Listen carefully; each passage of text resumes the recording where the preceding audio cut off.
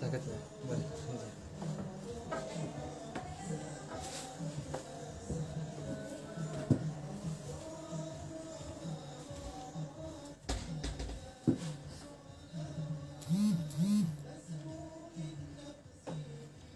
Dari sini lagi Sinten? Prof. Minta rekaman besok. Nah, ternyata jadwalnya itu enggak ada orang sini karena sudah sahur. Sahur itu kan pagi 00 sampai subuh, perempuan jam 1 sampai nanti malam. Jadi ada orang, jadi nanti ada 8 jam tidak ada orang di sini. Cuma dipantau. Kalau ada masalah saya balik dari sini.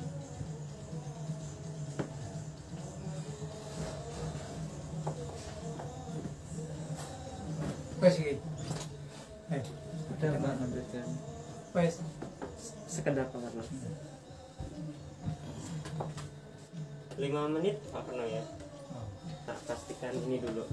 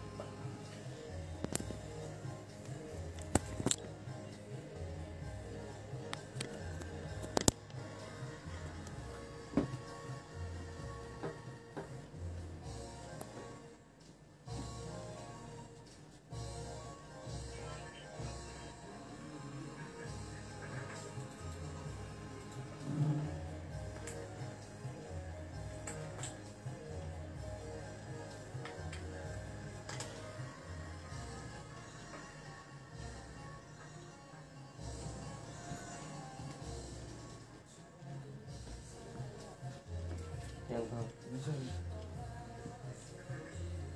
audio internal ini.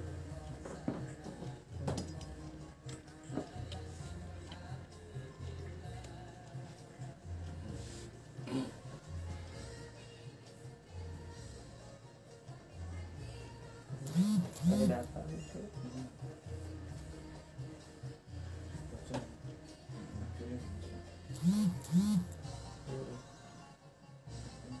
Lagi masih internet sedikit lagi sebentar. Internet.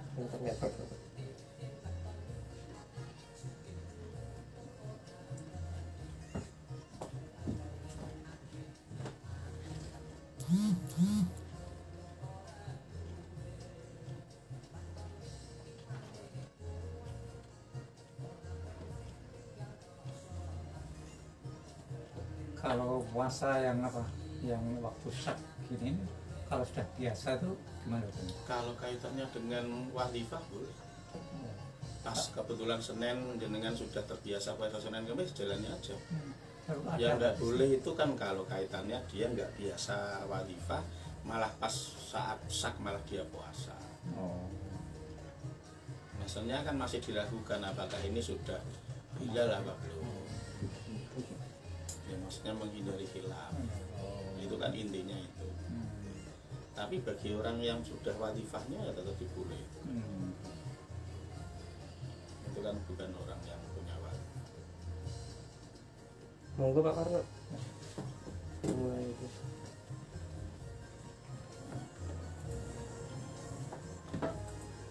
Masuk cilik titik saya. Suwun.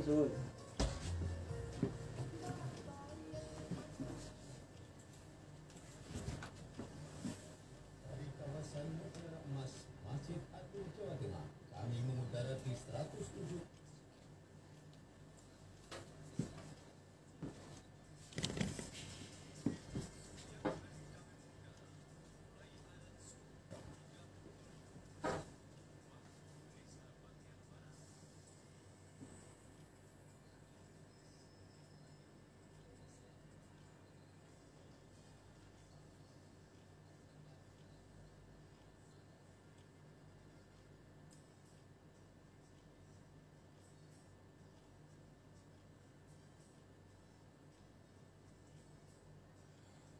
Bismillahirrahmanirrahim. Assalamualaikum warahmatullahi wabarakatuh. Alhamdulillahirabbil alamin wa bihi nasta'in wa ala umuri dunya waddin wassalatu wassalamu ala asyrafil mursalin wa ala alihi wa sahbihi ajma'in wa la haula wa la quwwata illa billahil aliyyil azim.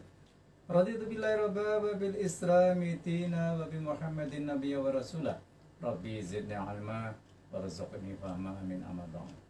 Pendengar Radio Dais Masjid Agung Jawa Tengah dan juga pemirsa MAC TV rahimakumullah, senang sekali pada sore hari ini kita bisa bertemu kembali dalam acara yang sangat kita nanti tentunya di sini Tholaqul Ilmi kita di kajian sore Dais edisi Senin 12 April 2021. Kita akan melanjutkan setiap hari Senin, alhamdulillah kita istiqomah yakni Tafsir Al-Qurtubi.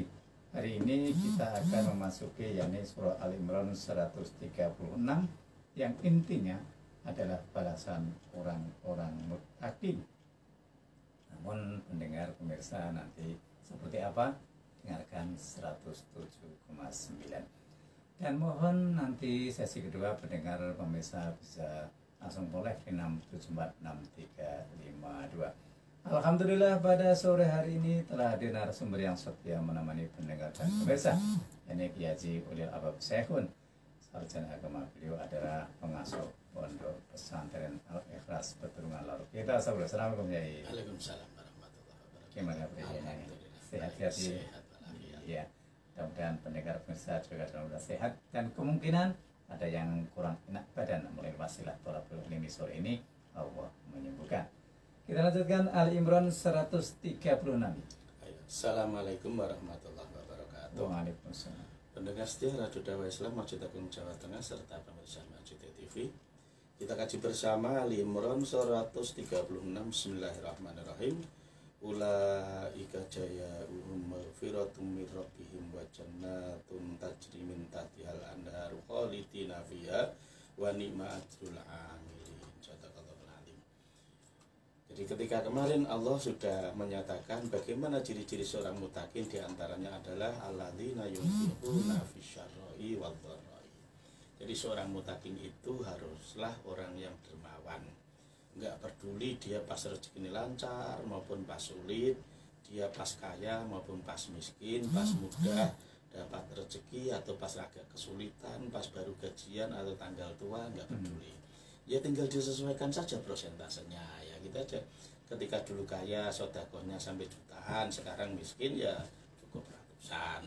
Kalau mungkin lebih miskin lagi ya cukup ribuan gitu aja. Nah, itu hanya disesuaikan saja. Tapi seorang mutakin itu nggak pernah berubah jadi bakhil. Karena orang yang bakhil hakikatnya nggak percaya dengan pahala dari Allah. Nah itu. Karena itu dia suka menyimpan-nyimpan harta yang didapatkannya.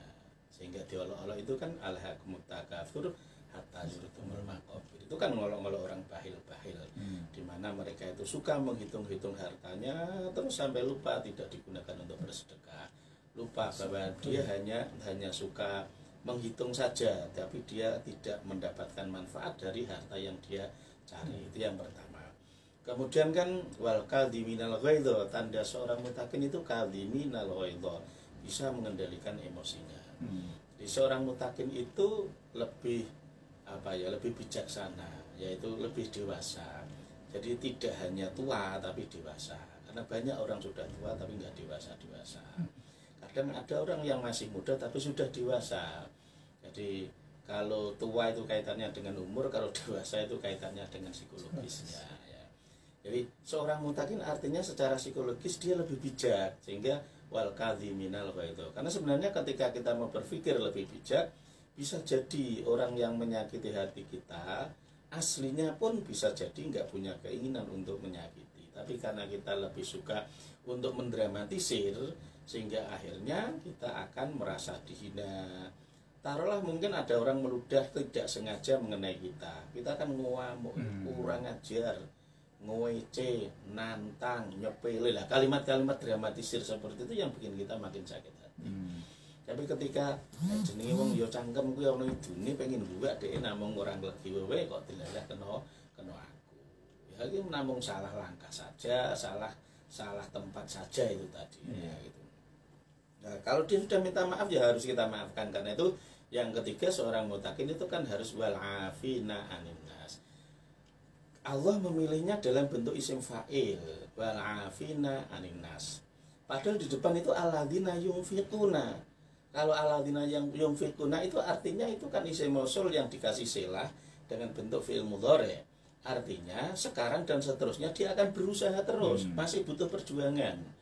Tapi kalau ini dalam bentuk isim fa'il maka sudah tidak terbatas oleh waktu. Jadi sudah tidak terbatas oleh waktu dulu, sekarang maupun besok. Jadi seorang afin itu berarti dia pemaaf. Dulu ya kamu sudah saya maafkan, sekarang ya tetap saya maafkan, besok pun juga akan saya maafkan. Artinya dia tidak akan memaafkan sekarang terus mendendam besok juga enggak. Tidak akan memaafkannya besok saja, kalau sekarang saya balas dulu, saya maafkan besok. Enggak model seperti itu.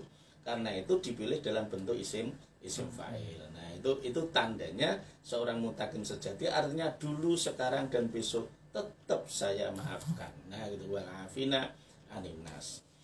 Kemudian ya yang agak terakhir yang agak berat itu. Yang keempat itu waladzina idza fa'alu fahisyatan aw dzalamu anfusahum dzakarullah fastaghfaru lidzunubihim. Ciri khas seorang mutakin itu yang keempatnya itu kan ketika mereka itu melakukan kesalahan dan kekeliruan, di situ digambarkan sebagai fa'alu fahisyatan. Fa'alu fahisyatan itu melakukan hal-hal yang tidak layak, tidak pantas, memalukan. Fahisyah itu banyak yang berhubungan dengan etika. Kaitannya dengan etika, misalnya soal perzinahan itu biasa diistilahkan dengan fahisyah. Nah, gitu. Kalau kaitannya dengan pencurian, kriminal, biasanya di Al-Quran diistilahkan dengan mungkar. Jadi kalau fahisyah itu kaitannya dengan etika, kalau kaitannya dengan pencurian, kriminal itu biasanya dengan mungkar. Nah, itu kaitannya dengan mungkar. Karena itu biasanya digabungkan antara fahsya dan mungkar. Itu satu rangkaian. Biasanya orang yang suka melakukan fahsya juga suka melakukan mungkar. Tapi kebanyakan juga gitu, kebanyakan fahsya dulu. Nah, gitu. Orang-orang yang mabuk-mabukan itu masuk kategori fahsya karena dia sebenarnya lebih banyak merugikan dirinya sendiri. Nah, gitu. Tapi kalau mungkar itu kaitannya dengan merugikan orang lain. Karena itu jinayat, orang melukai orang lain, orang mencuri, mengganggu harta orang lain, itu biasanya diistilahkan dengan hal mungkar. Nah, tapi ini sering masyarakat menggunakannya bolak-balik, ya hal biasa seperti itu. Nah, orang yang melakukan fahsya, dzalamu anfusahum. Dzalamu anfusahum ini terbesar adalah ketika dia itu syirik. Jadi bukan dalam arti harus syirik akbar ya, harus menyembah yang selain Allah kan. Karena memang inna syirka la dzulmun adzim. Jadi syirik itulah yang disebut sebagai zalim yang terbesar. Nah, zalim ini juga kaitannya dengan syirik-syirik kecil itu zalim.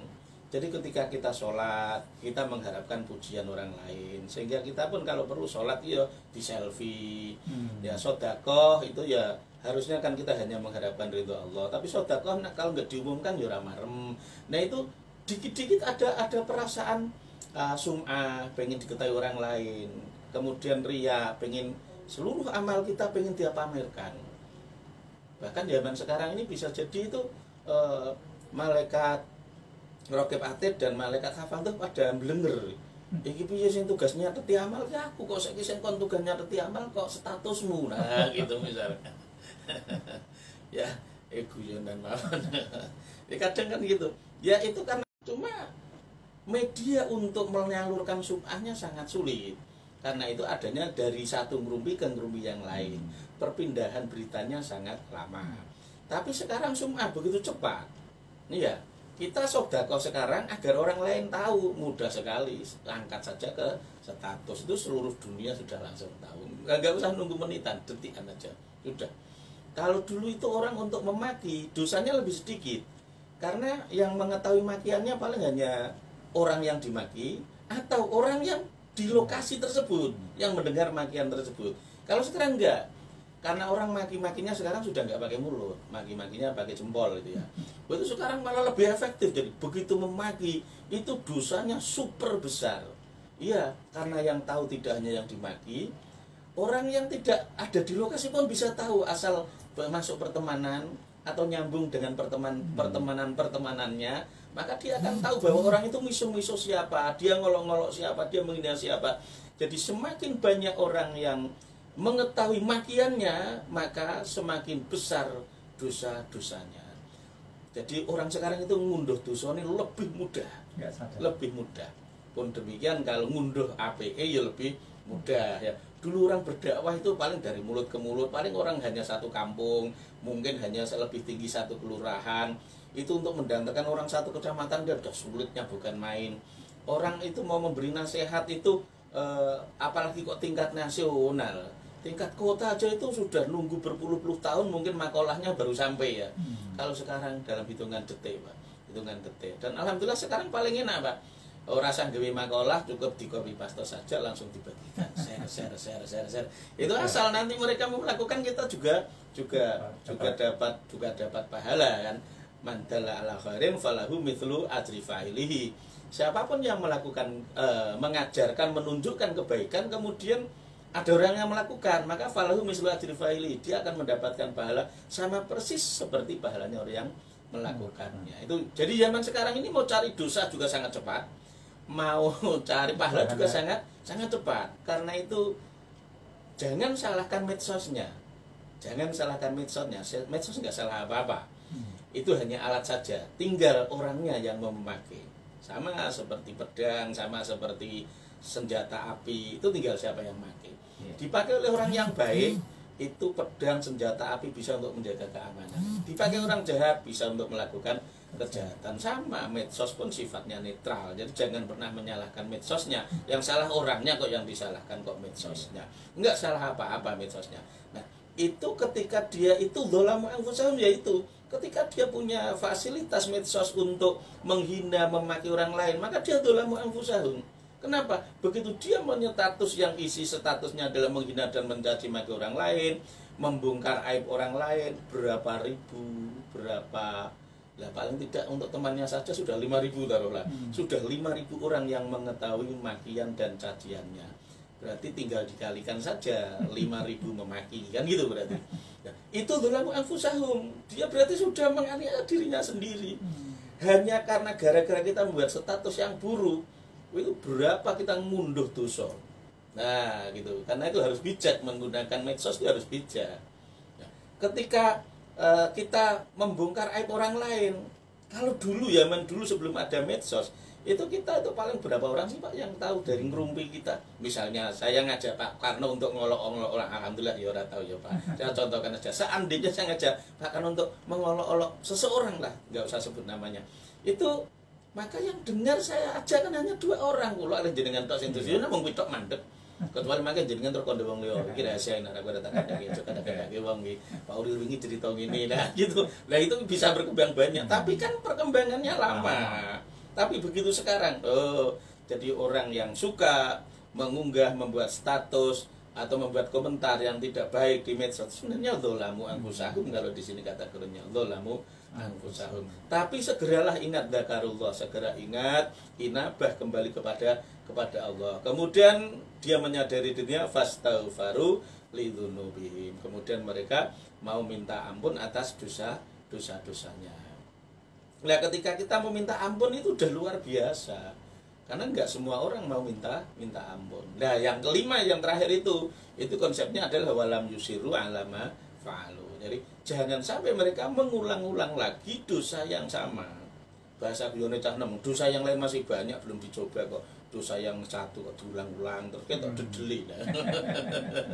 Guyonan. Nah, terus janjinya Allah bagi orang-orang yang bisa dermawan, pemaaf, dermawan, kemudian pandai mengendalikan emosi, pemaaf, sering menyadari kekeliruannya, kemudian minta ampun dan tidak mengulang-ulang dosa yang sama sebagai ciri khas seorang muttaqin, dia muttaqin sejati, maka dijanjikan ulaika jazaa'uhum maghfiratum mir rabbihim. Maka mereka itu balasannya adalah ampunan dari Tuhan mereka. Ampunan itu luar biasa, Pak. Jadi bukan tahfif. Kalau tahfif itu diskon keringanan, jadi siksanya dikurangi.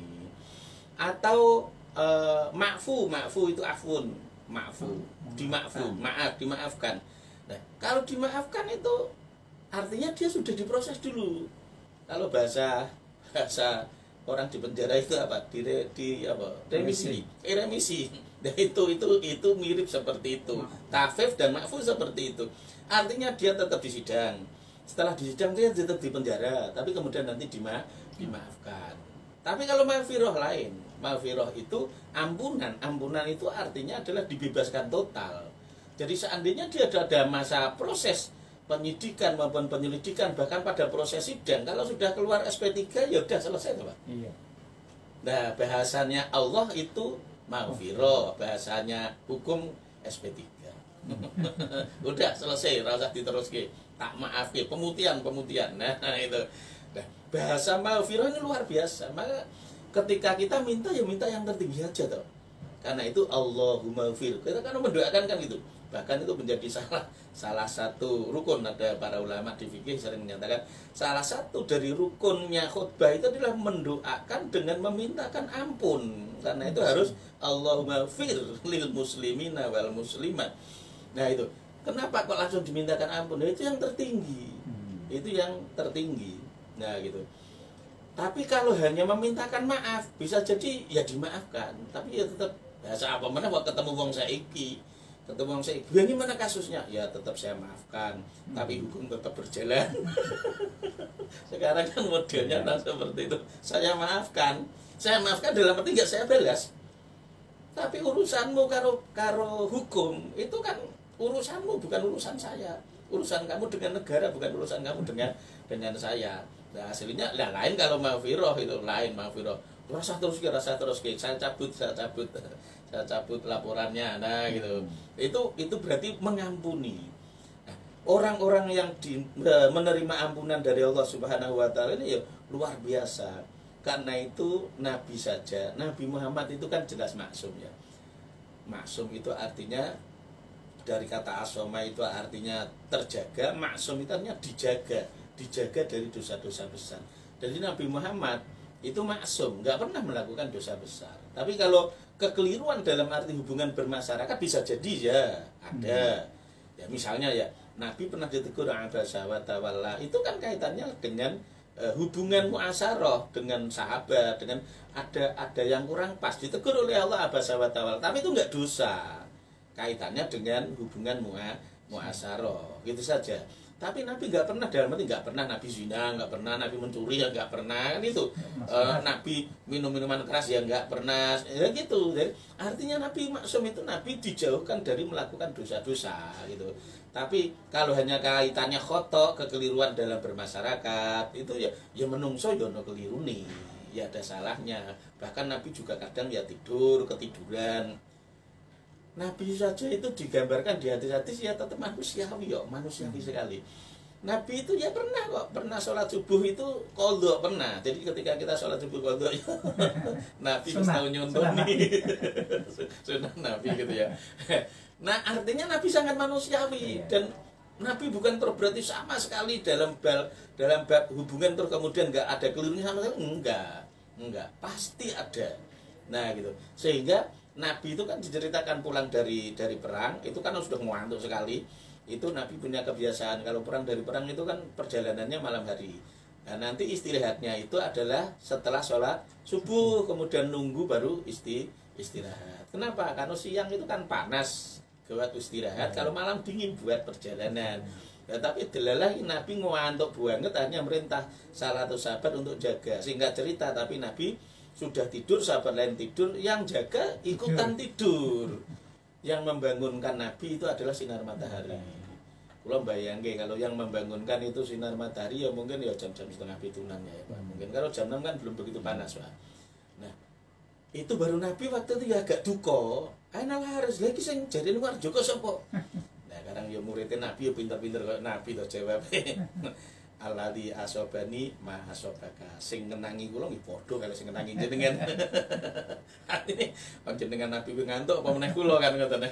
Nabi ya akhirnya sering saja ya udah ya wudu.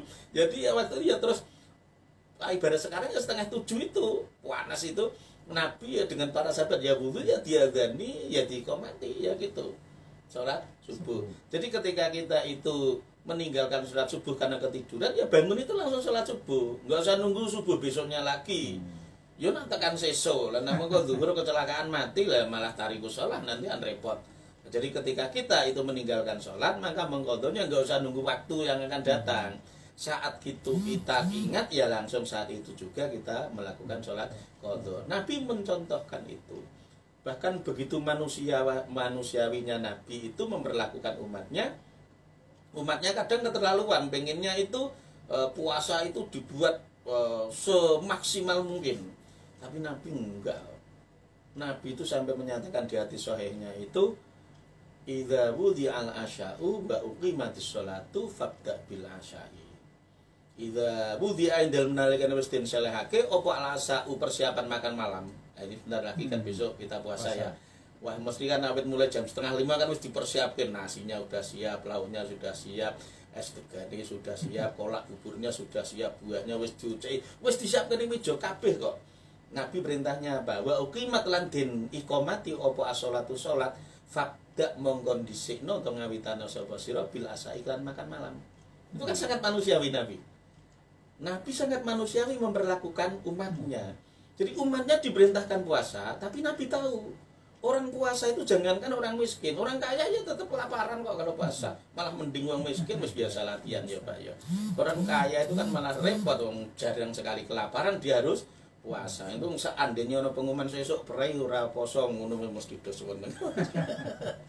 Nabi tahu umatnya puasa itu orang lapar, orang puasa mesti lapar, enggak peduli dia kaya, miskin, besar, kecil, terhormat apa tidak, sama semua orang puasa pasti lapar. Dan pikiran orang lapar itu yang dipikir adalah makanan. Maka Nabi memerintahkan fabda bil asai, didahulukan makan malamnya. Ibaratnya kalau bahasa kita ya, lebih baik kamu sholat ingat mau makan daripada kamu itu lebih baik kamu makan ingat sholat daripada kamu sholat ingat-ingat makan. Nah itu kan repot ya. Lebih baik kamu itu makan tapi ingat sholat daripada kamu sholat malah ingat makan karena belum makan. Nah itu sehingga Nabi memerintahkan fabda bil asai. Nah itu Nabi sangat manusiawi. Wa jannatun tajri min tahtihal anhar, tidak hanya mendapatkan ampunan tapi juga dipastikan masuk ke surga. Dia dipastikan masuk ke surga.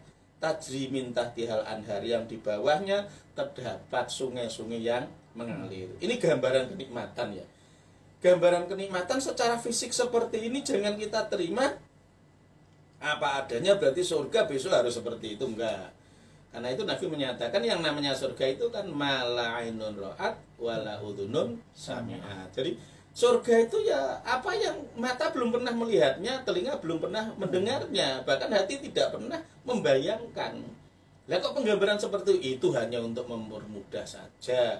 Karena mukhotobnya itu orang-orang Arab. Orang Arab itu mayoritas hidupnya di daerah tandus. Memang Arab daerah tandus, daerah panas. Maka kebahagiaan tertinggi adalah ketika mereka ketemu dengan perkebunan, di bawahnya ada air mengalir. Itu wah surga. Iya. Makanya saya dulu ngajak saya sahabat itu, saya ajak jalan-jalan ke Nyatyono itu, lihat gunung, lihat air mengalir, itu jannah. Suwarga. Golek ngarep ngono ya ora ono to. Ning ngarep gunung iki ya watu-watu, tumpukan batu. Di sana enggak ada pepohonan. Kalaupun ada pohon ya pohon kurma. Iya toh. Kalau enggak gitu ya paling ya pohon samuroh itu pohon-pohon berduri itu. Kalau kita mungkin mirip seperti pohon kelampis, tapi kalau kelampis kan tinggi ya Pak ya. Kalau di sana enggak, pohon samuroh itu enggak bisa setinggi pohon kelampis. Ya mirip daunnya juga mirip. Paling gitu kan, enggak ada. Dan ngene Arab kok golek perkebunan jambu, perkebunan tebu, ora bakalan ono, kok nandur pari ora ono. Wong lek kebun pisang ya ora bakalan ketemu karena mereka daerah tandus. Nah, orang yang hidup di daerah tandus itu nilai keindahannya adalah ketika dia menemukan perkebunan yang di bawahnya ada air. Seperti bayangan orang Indonesia. Orang Indonesia yang hidup di daerah tropis nggak pernah ada salju. Cah cilik-cilik mbayang kemu enak ono salju, iso plongsotan. Nak biyen sing ora ngerti malah mikir kok tak tukoke sirup kowe. Wes cah cilik kan orang mikir. Bayangannya ya seperti kalau di sini daerahnya panas, maka minum kasih es. Orang Eropa nggak mungkin minum pakai es. Wong daerahnya sudah sudah Es semua. dinginnya bukan main, sudah es semua. Yaitu orang yang ada di daerah tropis membayangkan pengen hidup di daerah yang bersalju, padahal orang yang bersalju pengen hidup di daerah tropis. Kita mungkin wah beda enak kaya ning gone Makkah. Kenapa? Semuanya itu serba kering. Nah, gitu. Nggak ada teletong mambu, nggak ada TA1 mambu, nggak ada nasi bau, nggak ada di sana karena udaranya kering. Iya, bahkan itu keringat saja nggak bau. Kenapa? Ya karena udaranya kering, nggak ada unsur airnya. Nah, itu. Bahkan teletong unta saja itu baru paling belum ada setengah jam sudah kering. Nah, coba kalau di sini ya teletong kebo sampai seminggu ya tetap meletrek terus. Nah, itu kan lain. Kita itu sering membayangkan seperti itu. Padahal orang Arab sendiri membayangkan betapa indahnya ketika hidup di Indonesia, itu jannah surga. Ya, itu sering seperti itu. Nah, jadi kembali lagi penggambaran jannatin tajri min tahtihal anhar ini penggambaran fisik yang mudah dipahami maksudnya, tapi bukan berarti besok di surga harus seperti itu. Ya wallahu alam, terserah Gusti Allah gitu aja, sehingga Nabi membatasi dengan mala ainun ra'at wala udhunun sami'at. Nah, gitu. Nah, kemudian ya mirip seperti itu, orang hidup di gunung itu yang dibayangkan betapa indahnya kalau besok minggu saya rekreasi ke laut, ya gitu ya. Tapi orang yang rumahnya itu di dekat laut, betapa indahnya kalau besok minggu saya bisa jalan-jalan ke gunung, ya seperti itu terus. Orang kota yuk, betapa indahnya kalau besok saya punya waktu untuk jalan-jalan ke kampung menghirup udara segar. Saya wong kampung, ayo Pak, seminggu jalan-jalan di kota, weruh hirup pikuknya kota. Ya penggambarannya seperti itu. Jadi kita pahami kenapa Al-Qur'an menyatakan kok dengan bahasa surga kok bahasanya bahasa fisik, itu hanya untuk memudahkan. Karena surga itu kaitannya dengan ruhani. Tapi sesuatu yang ruhani untuk digambarkan secara jasmani kan wangel, Pak. Nah, sehingga disesuaikan dengan image atau gambarannya orang-orang sana. Nah, kalau ini mungkin dikasihkan orang-orang Semarang ya rada ngguyu, Pak. Jannatin tajri min tahtihal anhar, perkebunan yang di bawahnya sungai mengalir. Sini sungainya nggak hanya mengalir, mbludak nganti mlebu ning perkebunan juga oke. Waktu itu di depan rumah ya pohon-pohon, buah-buahan, buahnya bukan main. Khalidina fiha, mereka akan abadi ada di surga. Wa ni'ma ajrul amilin, dan sebaik-baiknya pahala bagi orang yang beramal ya surga itu. Cuma kita jangan sampai jadi pemburu surga atau pecinta surga. Nabi sudah mengingatkan kok. Kun mahbuban wala takun muhibban. Jadilah yang dicintai, jangan menjadi pecinta. Nggih. Jadi pecinta itu rata-rata buruk, Pak. Pecinta itu rata-rata satu egois, yang dua nggak tahu diri. Iya, makanya nggak usah kaget ketika orang jelek berani mencintai orang cantik. Prinsipnya itu orang jelek nggak usah takut mencintai orang cantik, karena kalau mendapatkan pasti sangat bahagia. Jadi nggak usah takut. Seharusnya yang takut yang dicintai itu, makanya yang dicintai ya, yang takut. Iya gitu. Ini nggak hanya kaitannya dengan laki-laki dengan perempuan, Pak. Termasuk pecinta surga itu juga cukup berbahaya. Pecinta surga, makanya lebih mengingatkan, kun mahbuban, kamu jadilah yang dicintai, bukan muhibban, wala takun muhibban. Jangan jadi pecinta. Kalau pecinta rata-rata egois, mikir awake dhewe. Terus nggak tahu diri. Ya kok nggak tahu diri, lah malah ora pantes ki mlebu swarga, tapi nguwebet kudu mlebu swarga. Akhirnya egois. Orang lain mau hancur biar saja. Negara saya mau morat-marit biar aja. Ya toh? Efeknya nanti antar umat Islam dengan orang non muslim jadi gedrah, ora urusan, sing penting aku mlebu swarga. Egois kan akhirnya. Dan Nabi mengingatkan, kun mahbuban, kamu jadilah yang dicintai. Seharusnya kamu jadi orang yang dicintai surga, jangan menjadi orang yang mencintai surga.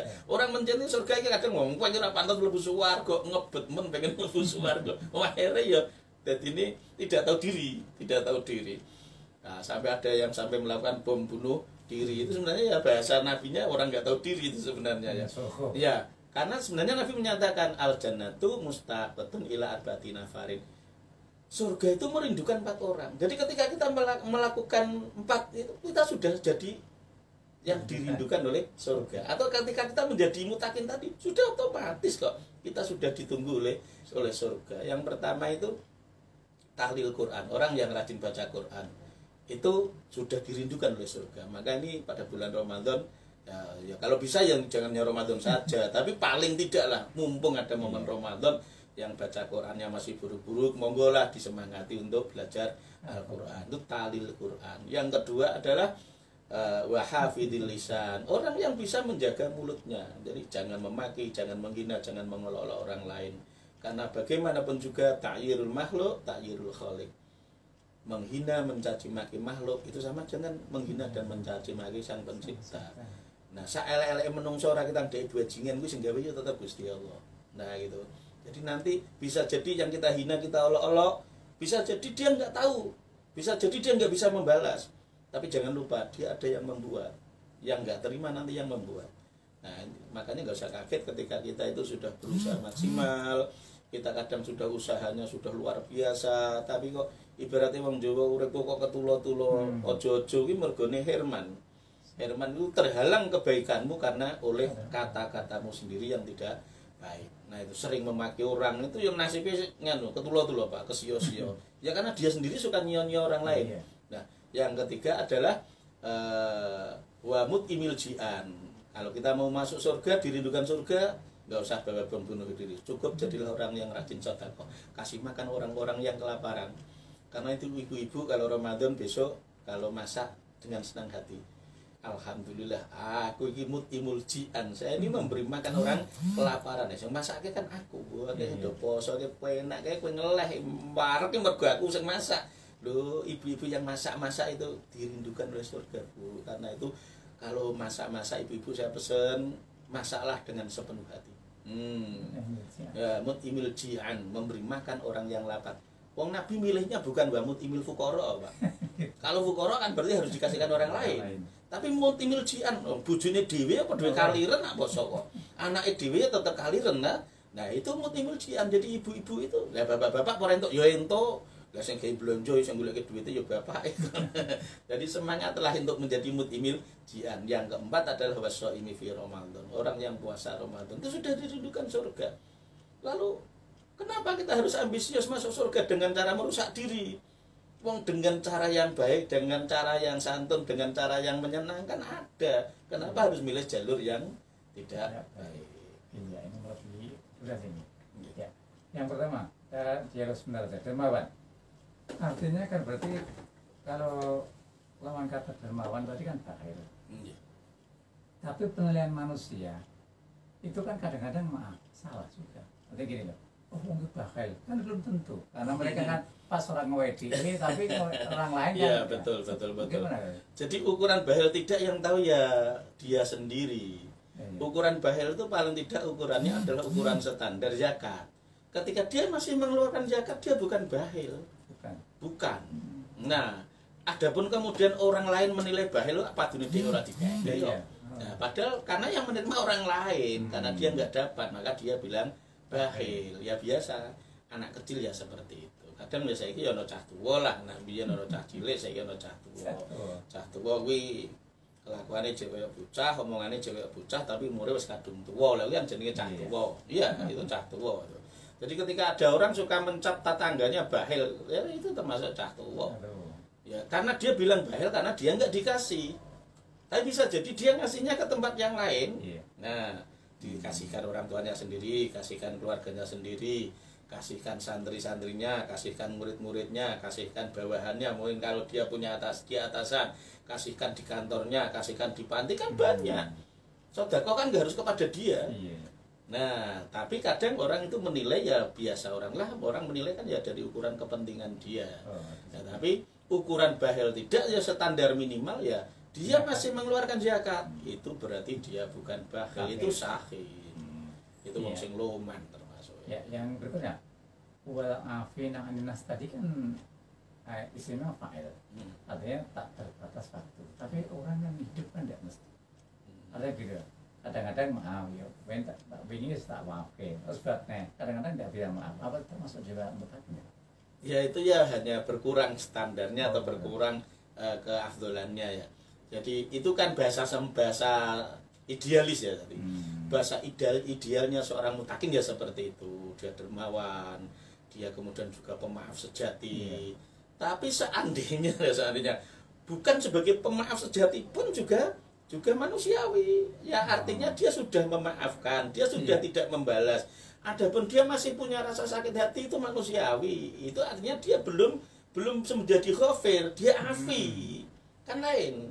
Kalau afina itu memaafkan, nggak membalas. Dulu nggak saya balas, sekarang nggak saya balas, besok nggak saya balas. Itu afi. Tapi kan ninggone kalam kan bukan wal ghafirina, tapi wal afina, bukan wal ghafirina, tapi wal afina. Afa itu memaafkan. Memaafkan itu artinya ketika kita diperlakukan buruk, kita tidak membalas, itu namanya memaafkan. Tapi lain kalau maghfirah itu bahkan tidak hanya memaafkan, itu di atasnya apa? Itu bahkan di atasnya musafih. Musafih tidak nyerawungi. Nah ini perlu saya sampaikan, biar salah paham ya. Jadi kalau katanya itu afi, afun, afa, itu artinya memaafkan dengan cara tidak membalas. Itu sudah bagus, sudah bagus. Kok kadang orang dimaafkan kok. Iya. Lebih tinggi dari memaafkan adalah nyerawungi. Karena bisa jadi, Pak Karno dengan Paul itu gimana? Kesalahannya Paul dia dimaafkan, udah maafkan. Dan sampai dia nyerawungi, sudiman ngono kon nyerawungi. Itu artinya wis didoi. Sekali dia itu melakukan kejahatan dan kesalahan, sedangkan kita seperti itu, kita maafkan. Tapi langsung diinjeti itu Pak. Seandainya dia karyawan sudah dikeluarkan, tapi dia nggak dibalas apa-apa, ya dikeluarkan aja. Kamu sudah nggak layak jadi karyawan. Seandainya kamu teman, ya sudah saya jauhi, kamu nggak layak saya jadikan teman. Itu namanya afi, tapi bukan musafih. Nah kalau musafih kita tetap diserawungi. Bahasanya musafihun ya aslinya nggak ada salah, malah diserawungi. Artinya lho Pak Karno, lho Pak Ul kan acara kono. Ya aku ijek rono. Ya, kuwi berarti musafih. Ya dimaafkan, ya masih ijek diserawungi. Lebih tinggi lagi itu dilupakan seluruh kesalahannya. Itu maghfirah, ghafir. Ya Allah itu sing iso ngono kuwi. Kula jenengan ketok ya wangel. Pak Karno piye kesalahan Pak Ul dimaaf? Ya maafkan ora tak laporke kok. Lah nganu sampeyan serawungi, tetep serawungi wingi niku lho ono acara aku tetep rono. Lah tapi kesalahannya oh sak matiku tak eling-eling to. Kesalahan ulil iki bahaya ya misalnya gitu ya. Itu artinya dia sudah afi, sudah musafih, tapi belum bisa ghafir. Belum bisa melupakan. Itu tingkatan tertinggi kelasnya Allah. Maghfirah kelasnya Allah atau kelasnya Nabi Muhammad lah.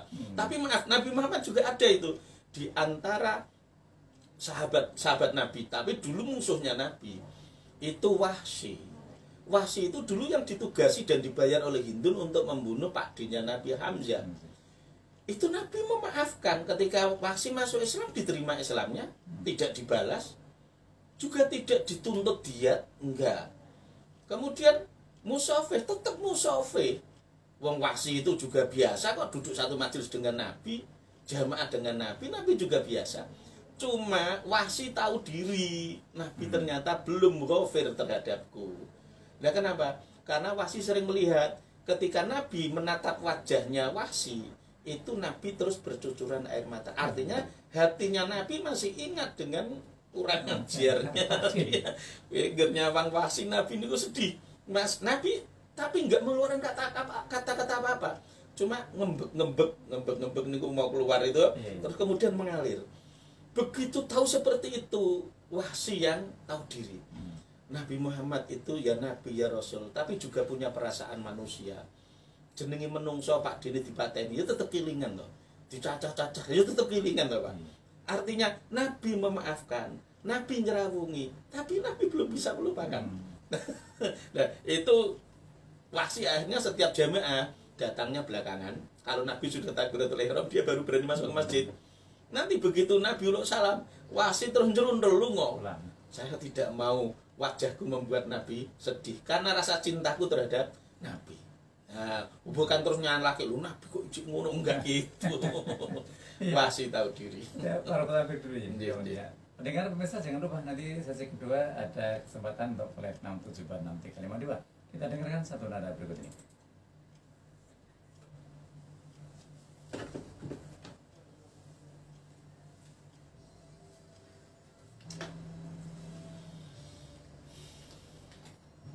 Artinya maksum di sini Allah itu artinya memang dosa-dosa yang besar. Iya.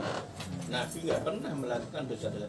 Tapi kalau kekeliruan dalam arti dalam hubungan itu ya mesti ono keliru itu. Sampai sahabatnya Nabi ada yang terbunuh sampai 70 orang itu kan berarti prediksinya Nabi salah kan. Tapi kan Nabi kan nggak sengaja itu. Ketika itu loh Bani Usayyib minta 70 orang untuk mengajar mereka, tapi setelah sampai sana malah dibunuh itu loh. Itu kan para sahabat berangkat atas perintah Nabi. Apa terus mau menyalahkan Nabi? Manusiawi. Ya manusiawi. Artinya Nabi juga nggak tahu, nggak membayangkan. Nabi terlalu husnudzon, nggak membayangkan bahwa 70 khufat akan mati terbunuh. Bahasa kasarnya padahal mati konyol, mati sia-sia Pak. Wong tujuan ke sana mau ngajar kok, tekan sana dibantai. Padahal mereka sendiri yang minta. Karena mereka kan tadinya kan bermukim di Madinah. Setelah berbulan-bulan mereka pamit mau pulang ke kampung dan mohon mengajak itu guru-guru ngaji agar kaumnya langsung bisa ngaji tahu tentang Islam. Seneng kan Nabi. Sampai dipilih orang-orang yang hafal-hafal Quran dikirim ke sana. Enggak nyangka tuh Pak. 70 orang kufat. Ya mereka kan berangkat enggak bawa senjata. Dong niatnya mulang ngaji. Tapi mati dibantai di sumur Maunah itu. Wong kula niku maca wonten hadis niku iso dosan loh ya Allah. Kalau saya nggak Pak, nggak memikirkan yang mati itu Nabi. Minta remuk hati ini Nabi bagaimanapun meskipun orang disalahkan terus merasa itu salah karena padha karo gara-gara kowe lha ngono lah keluargane. Kalau keluargane ora pinter lan noto niki ora gampangnya ora nyalah-nyalahke Nabi kabeh. Umpama jenengan misalnya jadi pemimpin ngongkon Nabi jenengan kono padahal itu dalam rangka tugas. Kemudian ada kesalahan yang di luar teknis, misalnya mobilnya masuk jurang. Jenengan sebagai pemimpin atau presiden. Kalau sing mboten gedhe ini, ya Gusti minta remuk redamnya perasaan Nabi koyo opo. Kula mun mboten bayang iki.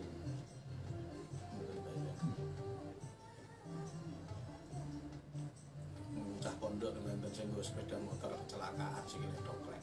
Padahal yo lunga karepe dhewe mboten dikongkon. Nggih mboten mergo tugas pondok. Ya termarek lunga metu tuku kopi ini ya, ngopi ini aja.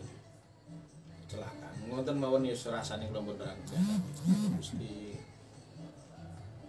kan kadang kene ngrasane kok kaya-kaya dititipi bocah kok ora iso ngrekso kan ngoten ta, Pak. Ngoten perasaan ngoten ta, Pak.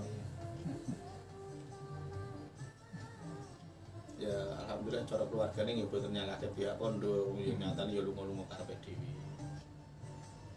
Kalau wingi kula nuwani mriko dalan. Menes banget. Ning moro Demak umur dalan wis masak. Nggih laut. Omah mawon mun sundul lho, Pak. Kaya model tambah lorok ngono. Omah cilik-cilik ngono. Kalau bocah mereka nang dulu nggih kula do perasaan banget. Ya perasaan lho ning omah anggar jam 6 mesti rob sampai jam malam 9 malam kok. Jadi itu sudah keseharian, Pak. Sing mboten saged mburuk ngoten niku omah. Ya termasuk ngene santri niku kula sing sekali patah niku ngoten. Jadi setiap jam 6 sore rob sudah masuk rumah. Sekitar nganu apa itu 30 cm. Nanti jam 9 malam baru habis. Niku sudah hampir keseharian. Memang cah kono cah orang mereka kan sing mondok ngono kan itu kerasa. Istana lah. Lah kula bayangke ning omah koyo ngene ya bener bocah do perasaan kerasa. Nang terus sing Kakang Adi, Mbak Wadi, enten sing langsung telu, Kang Adi gitu. Awit Mbak Yuni Adini meneh. Kalau sing lari jamu sini malah sekawan nih. Kakak, nggih, kakak, adik. Jadi nak panen mana sing kangen sing maring pondok to nilai. Anake papat ning pondok ngene lho kan. Ora ngopeni papat niku tok niku.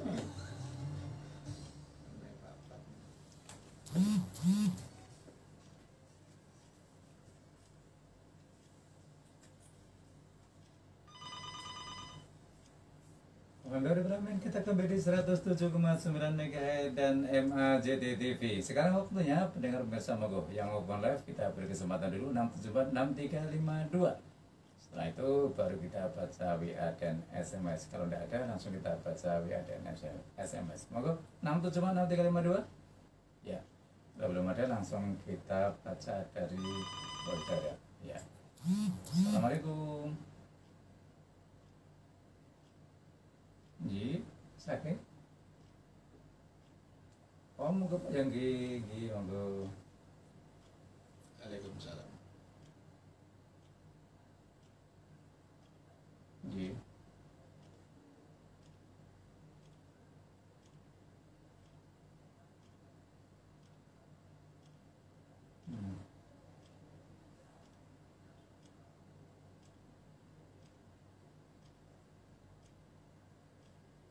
Waktu apa? Nyemir. Oh.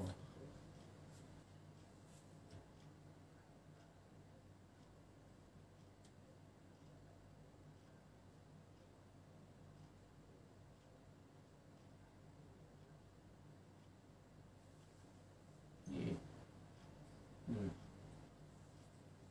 Ji. Iya, Assalamualaikum. Iya Pak, yang pertama, gimana untuk sholat tobat, cara, waktu dan sebagainya? Cara sholat tobat diawali dengan mandi tobat dulu ya. Wudhu, mandi tobat, kemudian nanti pakai pakaian nutup aurat, kemudian sholat 2 rakaat, diniati untuk bertobat atas dosa-dosanya. Nah itu kemudian waktunya bebas, waktunya bebas. Nah itu boleh malam, boleh sore, boleh pagi, boleh siang, boleh, waktunya tidak ditentukan. Bacaannya juga tidak ada ketentuan. Sing lumrah ya maca Fatihah, bar Fatihah maca surat pendek, ya Faqra ma tayassara minal Qur'an. Ya diwaca Quran sing gampang kangge jenengan. Iso nek guru ya guru, iso dalam masrah ya dalam masrah, iso sabihis ya sabihis, iso dawa malah saya aku. Wong salat dhewean kok. Nah sampeyan hafal Quran ya Al-Baqarah ya apa. Ya artinya memang nggak ada aturan harus baca ini, nggak ada. Yang kedua, wanita nyemir itu gimana? Ya wanita maupun laki-laki ya sama saja. Nabi itu tidak memperbolehkan umatnya untuk menyemir dengan warna hitam. Warna lain monggo. Nah, tapi kena diperhatikan ya malah jadi lucu akhirnya. Nah gitu. Ya itu karena kaitannya ya gitu. Kita harus mengetahui asbabul wurudnya gitu ya. Asbabul wurud itu kaitannya dengan kenapa Nabi memperlakukan hadis itu. Kalau asbabun nuzul kaitannya dengan ada apa kok turun ayat itu. Nah karena beda-beda budaya ya Pak ya, beda budaya ya. Jadi dulu itu Nabi rambutnya gondrong, bukan berarti kalau kita gondrong ikut sunnah Nabi. Memang budaya orang Arab waktu itu rambutnya juma sampai nempel di belakang pundak. Kalau paling pendek itu lumah, lumah itu di bawahnya telinga. Nah, dan mereka kebiasaannya bagi orang yang rambutnya sudah memutih, sudah beruban, maka diwarnai dengan warna merah biasanya. Kalau enggak itu merah kecoklatan itu kayak apa itu ya? Ya coklat merah itu. Nah, itu model atau ada yang hijau ya. Itu memang orang sana budayanya seperti itu. Karena budaya yang kene sing ngono kuwi berarti saya gendos-gendos. Enggak boleh ya. Iya. Iya. Gimana kalau puasa itu gimana kalau beda? Apanya? 13 atau 12? Nah. Oh, itu kalau soal jenengan arek mulai kapan, kalau saya menganjurkan ikut aja pemerintah. Wong dasare cetha kok ati Allah wa ati Rasul wa ulil amri minkum. Ono pemerintah yo wis dipasarke maring pemerintah, ora usah kabeh do melu ngatur. Ada wilayahnya sendiri-sendiri lah gitulah. Itu biarkan saja. Karena itu di Arab Saudi, di Mesir ya pemerintah mengumumkan besok puasa ya puasa semua. Besok pengumuman di pemerintah mengumumkan besok lebaran ya lebaran semuanya. Ya enggak kayak model Indonesia nih terus do ngatur dewi kurang bagus, kurang indah jadinya. Tapi kalau dilihat dari segi keindahan ya semakin indah karena warna-warni. Ya kalau saya pribadi lebih enjoy ngikuti aja pemerintah gitu, lebih gampang kok ngono sing ngatur kok ora usah melu ngatur. Iya. Ya, kita baca ya dari Mas Sumbuja. Assalamualaikum ya. Waalaikumsalam warahmatullahi. Minta penjelasan. Yang pertama, bolehkah niat puasa Ramadan dibaca sekali untuk sebulan? Yang kedua, yang benar lafal Ramadana atau Ramadhani? Ya, oke. Boleh kita niat puasa Ramadan langsung diniati untuk 1 bulan, boleh. Tapi ketika diniati pada malam hari menjelang pagi itu yang lebih terkenal. Nah, tapi para ulama fikih pun memperbolehkan seandainya langsung diniati untuk puasa 1 bulan. itu nawaitu sauma syahrin an adai fardhi syahri ramadhani hadhihi sanati fardholillahi ta'ala. Saya niat puasa 1 bulan untuk mendatangi atau melaksanakan puasa bulan Ramadannya tahun ini, wajib karena Allah. Bacaannya Ramadana atau Ramadhani. Nah sampean melu ipin-upin ya Ramadana, mergo ipin-upin ora mudeng ngawu. Nah kula ndelok sing ngerti tata bahasa Arab, ngerti ilmu nahwu, nggih ngoten to. Wa jurabil fathati ma la yansarif malam yudhaf aw yakuba al rotif. Ramadan itu isim ghairul munsharif. Isim ghairul munsharif itu ketika majrur menjadi mudhaf ilaih maka alamatnya fathah kalau berhenti. Tapi ketika diidhofahkan lagi maka malam yudhaf. Selama isim ghairul munsharif itu tidak dimudhafkan maka wajurabil fathati, dijarkan dengan alamat fathah. Tapi ketika diidhofahkan malam yudhaf, ketika diidhofahkan au yakuba al rotif atau jatuh setelah al maka berubah berarti isim munsharif. Jadi Ramadan ketika diidhofahkan menjadi Ramadhani hadhihi sanati, Ramadannya tahun ini. Nah gitu. Kalau turut tata bahasa sing bener Ramadhani, nak Ramadana melu ipin-ipin. Nah gitu. Nah apa terus batal ya enggak batal, jadi punggungnya batal. Itu hanya kaitannya dengan tata bahasa saja. Wa jurabil fathati malayam sorib malam yudhaf ayaku badal rotif. Atau kalau ada alnya, misalnya Makkah itu ya makatu makata, ila makata. Tapi ketika dikasih al menjadi ilal makati. Karena ada alnya. Ilal makati. Tapi kalau nggak ada alnya, ila makata. Misalnya seperti itu. Ramadana gitu kan ila fi Ramadana kalau berhenti. Tapi kalau fi Ramadhani hadhihi sanati. Nah itu karena itu diidhofahkan. Jadi tapi yo menawa ana sing maca Ramadhana hadhihi sanati yo ora usah tok salah-salahke. Wong kuwi sangka pintere nahwu, kuwi yo tetep mandhet ning kono hadhihi sanati ai fi hadhihi sanati nyimpen huruf jar. Ya ndak wong ahli nahwu kan yo iso jelaske. Yo kuwi iki lah hadhihi sanati kuwi majrure dimajrure ning opo? Wong Ramadan kan berarti ora dadi mudhof ilaih. Kuwi dimajurke nganggo huruf fi sing dikira-kira. Ya kalau Ramadan ya hari sanata ing dalem ikilah taun. Lah kok diwaca hari sanati? Kuwi nyimbang fi sing diumpetke. Kuwi wong ngeyelan. Tapi aslinya setahu saya ya di kitab-kitab itu ya sudah dibahas oleh para ulama yang benar Ramadhani hadhihi sanati, yang benar sesuai tata bahasa. Gitu. Sekarang Assalamualaikum ya. Waalaikumsalam. Kalau kita sholat sunnah paket, tahajud, hajat, lalu berdoa agak panjang, ternyata terdengar azan subuh, apakah masih boleh sholat sunat witir? Ya sudah nggak boleh, karena witir itu waktunya sudah habis kalau sudah subuh. Makanya sebelum subuh harus segera witir, atau ketika taraweh langsung saja, habis taraweh langsung witir. Kan nggak apa-apa, nanti malam tahajud boleh, nanti malam sholat hajat boleh, nanti malam sholat tasbih boleh. Gitu. Sering orang salah paham, dikiranya sholat witir itu sebagai penutup, artinya terus menghalangi. Bukan, penutup itu maksudnya adalah jadikanlah witir itu sebagai penutup sholatmu. Bukan sholat witir menjadi penutup, jadikanlah witir sebagai penutup. Salah, bukan witir menjadi penutup loh ya. Iya. Jadikanlah witir untuk menutup sholatmu. Artinya kalau kamu belum sholat witir, maka besok nanti malam ketika habis sholat malam maka tutuplah sholat sunnahmu dengan sholat witir. Tapi ojo diwale kok terus sholat witir nutupi sholat, itu enggak gitu.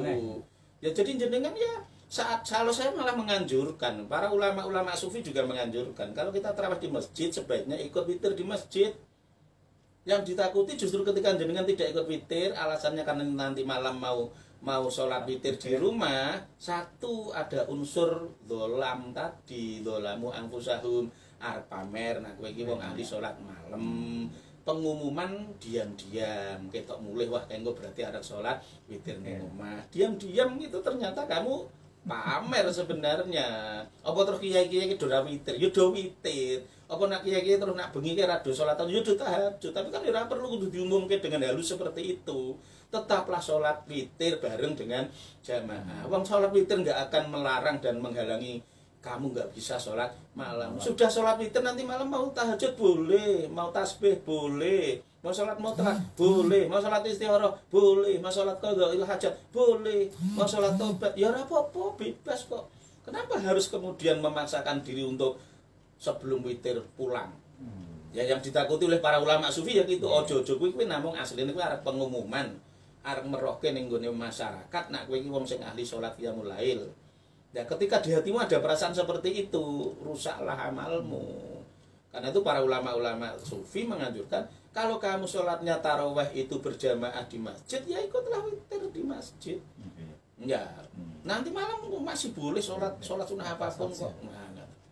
Iya, dari Bu Yani juga. Assalamualaikum ya. Saya mau tanya, bacaan Quran saya belum selesai, masih beberapa juz lagi. Sementara besok sudah masuk Ramadan. Apakah saya harusnya untuk meneruskan atau mulai awal saja lagi ya ini? Ya itu bebas, dilanjutkan ya lebih bagus karena dihatamke. Kan tidak berarti kalau wis Ramadan berarti kudu mulai dari nol, kan nggak ada aturan seperti itu. Yang ada aturan malah sebaiknya kalau baca Quran itu dihatamke. Ibarat jenengan maca wal asri urung rampung gitu urung ayat ya luwih apik dirampungke to daripada pindah surat liya. Ngoten. Iya nih dari Ahmad Ganser. Assalamualaikum ya. Waalaikumsalam. Tadi tanggap nate sholat meninggal dipun waosaken Yasin. Saged ngringanaken siksa kubur rene. Napa ora saya? Enggak harus Yasin. Apapun bacaan Quran akan meringankan siksa kubur. Apapun Quran, itu hadisnya sahih. Man istadharul Qur'ana khafafallahu an walidil adzaba walau kana kafiraini. Barang siapa yang mengunggulkan Al-Quran, maka Allah akan meringankan siksa kedua orang tuanya dalam kubur, meskipun kedua orang tuanya itu orang kafir. Lah Yasin itu kan ya bagian dari Quran. Tahlil juga bagian dari Quran. Jadi artinya nggak harus Yasin, ya semua bacaan Quran. Nah, adapun ada orang nyebut Yasin, nah karena Yasin itu yang sudah jadi kebiasaan, gitu aja. Tapi seluruh Al-Quran nggak hanya Yasin. Bisa. Makanya jangan lupa untuk bacakan Quran untuk keluarga kita yang sudah meninggal. Di sana siksanya leren sementara. Sampai yang mulai gebuki meneh. Baca terus. Dibaca terus gitu. Ya terima kasih atas waktunya. Mudah-mudahan yang kita bacakan manfaat untuk kita semua ya. Padahal bisa nanti bincang-bincang saya dengan ya Uli Lapor Sekon tentang surah Al-Imran 136. Mudah-mudahan yang bisa kita resapi karena ini mau Ramadan. Ya pas takwa inilah target kita. Dan akhirnya saya karena mencapai masih atas kebersamaan dan maaf wal maafir. Assalamualaikum warahmatullahi wabarakatuh. Waalaikumsalam.